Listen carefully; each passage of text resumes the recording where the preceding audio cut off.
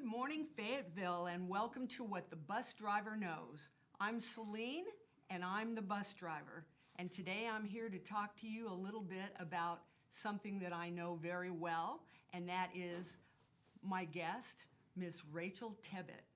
She is one of the premier marvelous artists here in Fayetteville. She's a painting artist and a pottery artist, and just an incredible person. She's been a very good friend to me, sometimes a daughter, sometimes a mother, but always a very, very good friend. And I met her about 15 years ago when the two of us were living in the artist colony out at Terra Studios. And our friendship has just blossomed from there. And I really wanted Fayetteville to know about her and her incredible story and her incredible art. And so today we are going to be talking with her about all of that. So good morning, Rachel. Good morning. And thank you very much for being here with me. I really appreciate this. Thank you for having me. This is my maiden voyage, my first actual serious interview, first one of what I hope will be many. And so let's just dive right in and talk about some of the things that you're doing. Now, you are, if I understand this correctly, a graphic artist with the Arkansas Archaeological Survey? Yes, I'm the commercial graphic artist with the Arkansas Archaeological Survey, and I have been there for 3 years. And prior to that, I worked as a graphic designer in Colorado for a couple of years. And prior to that, I owned a business in Fayetteville that was called Ease Art Supplies from 2011 to 2015. And prior to that, I had a studio at Terra Studios for several years where I met you. And I got my art degree from the University of Arkansas in Fayetteville in 2007. And on top of all of that, you are a full-time mother of 2. Yes. Yes, and that's a full-time job right there. Yes, and, it is. You know, and her kids are very active and also very talented in the things that they do. And so tell us a little bit about what it's like to be a full-time mom and a full-time artist. And well, it is a juggling act.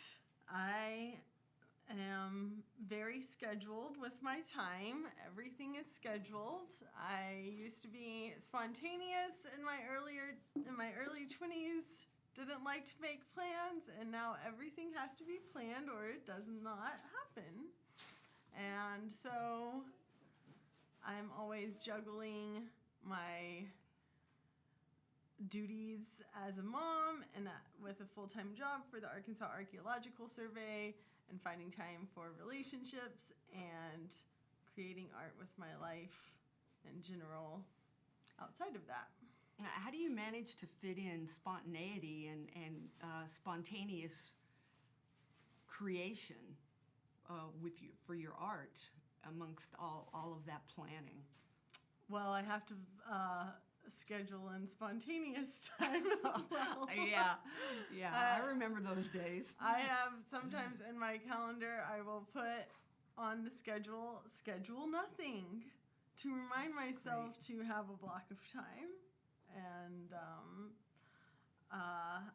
it's difficult. It doesn't happen as much as I would like. But I also see the living of my life as an artwork. My life is my art in itself. Like currently, it's not necessarily an art project, but I had some trees cut down at my house to put in solar panels, and I've been chopping them up, and that is like my current project. Your bodybuilding. No one would call that art making. Bodybuilding, well, building your nest, that's definitely True. an art. Mm-hmm. Absolutely. I'm cultivating my home currently, which I Yes. have had for a year and a half now. Hey, you and recently bought your own home, didn't you? yeah, a year and a half ago. And so, first time. First-time homeowner. Mm-hmm. What an accomplishment. Now,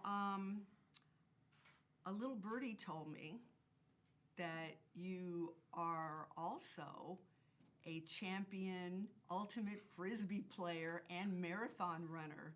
Half marathon, But still, yes. I recently, about 10 days ago, ran in the Hero Half Marathon that supported firefighters. And it was my longest and my fastest run. And then this last weekend, as of yesterday, I was running my bum off at Lewis Field in Fayetteville playing ultimate Frisbee, which if you don't know what that is, it is not disc golf. It is more like soccer. Disc golf is where you throw a Frisbee into a basket. We have several locations around Fayetteville. And this is more like soccer or football, but with a Frisbee.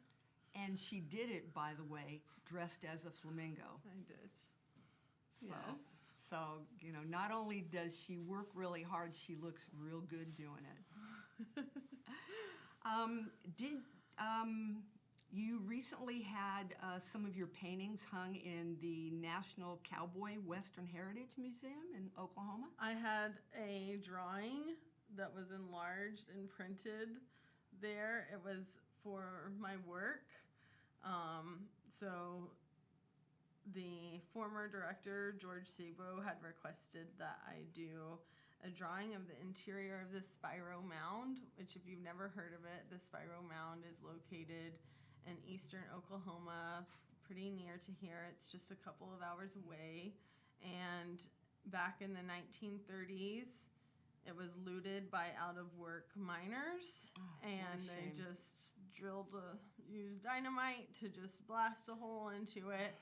And it's been one of the largest collection of intact artifacts that's ever been found in the United States. And so I did a drawing of what that interior chamber would have looked like when they first got into it. And that drawing has gone on to do more than I ever thought it would. And by appearing in the National Cowboy Western Heritage Museum, and has moved on to other tours with the Spiro Mound exhibit that it was in. Now, with the work that you do with the archaeological survey and like the Spiro Mound, do you find there's a spiritual aspect to that for you? With my archaeological work? Yeah, or with working with ancient digs like that. Not for me, no. It's more of a way to, it's not spiritual so much for me because it's more like problem solving. I'm often given like an idea of something that's wanted, and then I use my artistic skills to create whatever is requested, whether it's graphic design or drawing or illustration. Okay. Is there one thing, if you could pick out one thing that you do to try to maintain a balance between all of these balls that you're juggling, what would you say that one thing is? Meditation practice and yoga practice, or just anything that I do for myself. Trying to have relaxing times, whether that's by myself or with like an intimate partner, someone that I can be comfortable with. And so that's the most important thing, is making sure every week I have like a Sunday morning where I don't have to get up for. Oh, yes.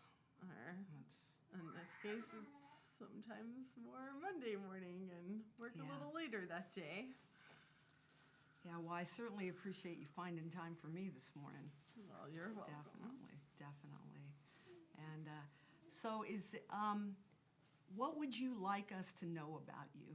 I've kind of picked out a few things here that I found interesting about you, but what would you like us to know about you?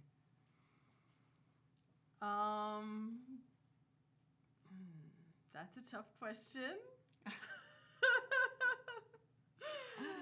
I'm here for you. I do a lot of things for other people. That's true. She's very giving, very supportive. I don't know where I'd be without her.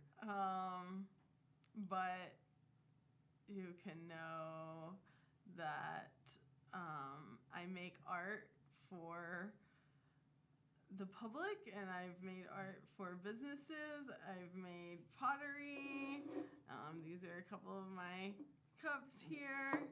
And you can find some of my pottery at Fossil Cove Brewing Company if you ever go there and see their mugs with their logo on it. I make those.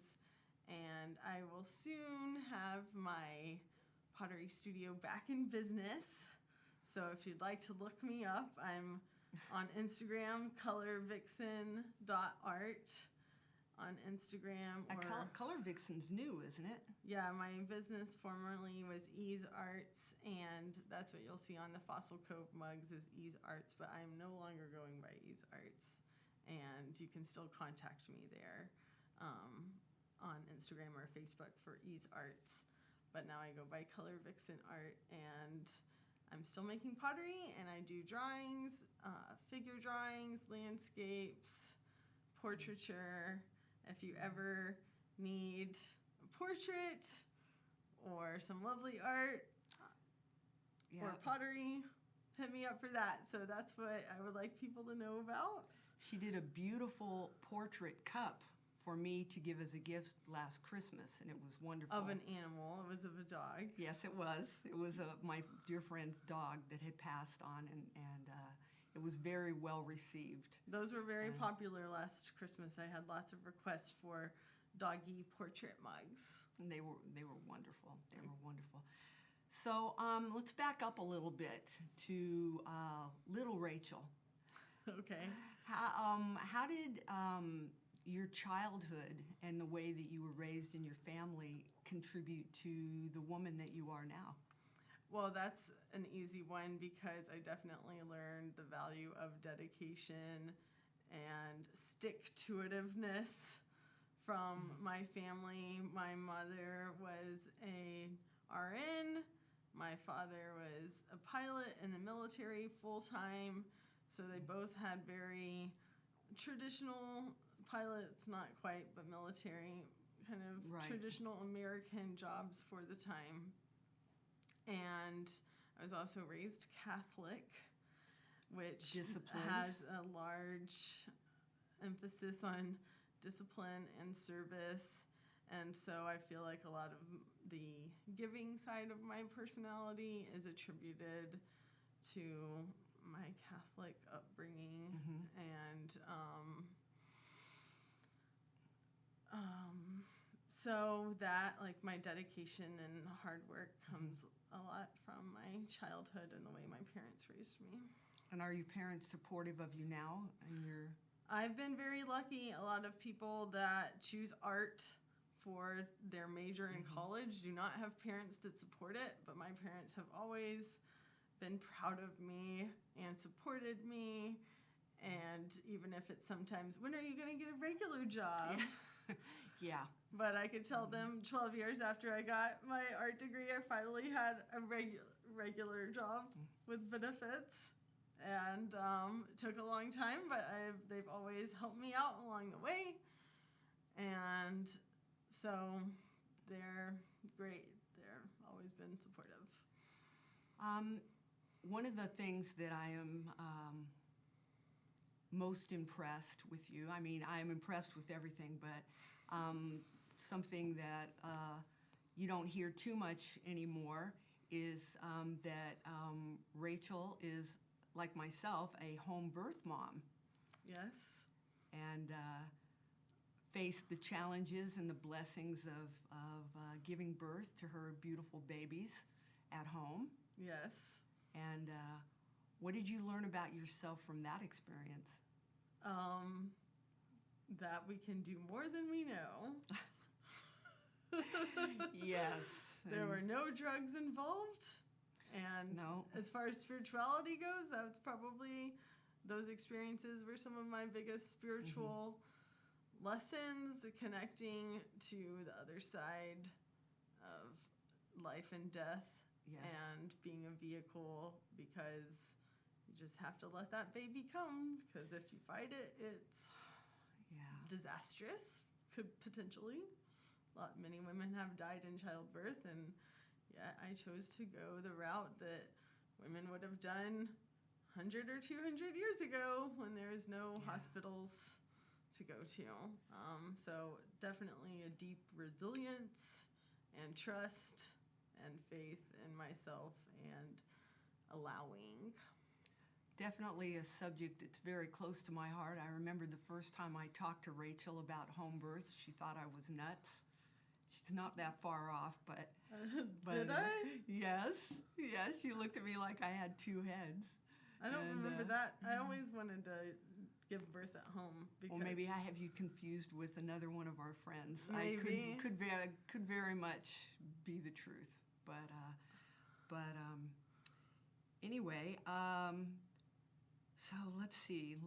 Tell us a little bit about what it was like to run that first half marathon. Well, at the end of it, I was thinking about the fact that I've given birth with no medication.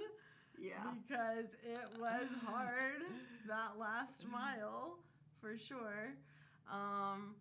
But it was also, there was a lot of energy running with a crowd, which is a lot different than training by yourself or training with just one other person. And so I did find it to be invigorating, and again, just taking myself back to trusting in my body and that I'm capable of more than I even know, and leaning on that and having home birth as a touchstone was very good. Yeah, I know for me, a lot of times, I refer back to those experiences too, that working hard and letting go at the same time can be very challenging, but also those lessons that we learn in that time when we're so far back in our own head and in touch with our own body can get us through places that we never thought we would go. Yeah. And my aim with my path right now on What the Bus Driver Knows is to bring to light all the incredible artists, and by artists I mean anybody that is creating something with their hands from their heart and from their soul. There's so many wonderful artists here in Fayetteville, and I really want to be able to give them a place to come and introduce themselves and talk about themselves and talk about their art and what brought them to that place and where they think that is going to take them. And so I really appreciate with all my heart and soul, Rachel, you being the first person brave enough to sit here with me. You're welcome. And I want to thank you so much for all the years of friendship and sisterhood, and all the times you've held my hand and all the days you hold my heart. Aw. And thank you so much for that. And thank you so much, Fayetteville, for being so supportive to me and to all the other people here. And with that, I will say goodbye until next time. Thank you. Bye. Bye.